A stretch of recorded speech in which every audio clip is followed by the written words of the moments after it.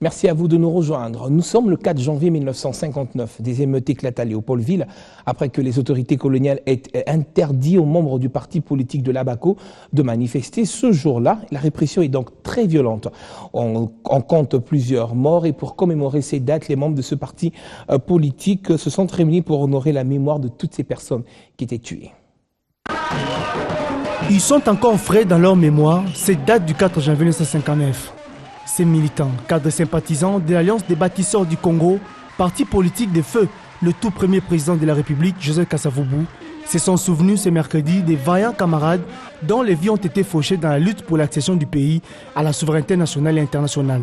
L'Abaco rend ainsi ce jour des hommages très distingués à ses compatriotes, aujourd'hui tous disparus, pour tous les sacrifices qu'ils ont volontiers endurés pour que notre peuple recouvre son indépendance et sa souveraineté.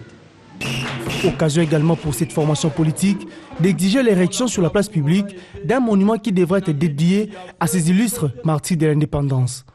Est-ce que la patrie pour laquelle ils se sont sacrifiés leur en secret? Pas si évident au regard de la modestie avec laquelle la journée du 4 janvier est commémorée dans notre pays. Car excepté le caractère chômé et payé de la journée, il y a toujours l'absence d'un programme officiel de manifestation, à l'instar de ce qui se passe pour commémorer d'autres journées et fêtes nationales. L'on doit ajouter à cela l'absence d'un monument dédié aux martyrs du 4 janvier 1959 pour les souvenirs de ces illustres compatriotes. Malgré cet état des choses, l'Abaco salue son entrée au gouvernement Badi Banga après 51 ans d'absence aux différents exécutifs nationaux qui se sont succédés. Aujourd'hui, Pierre-Anatole Matoussila, président général de l'Abaco, a été élevé à la fonction du ministre en charge de l'énergie et ressources hydrauliques.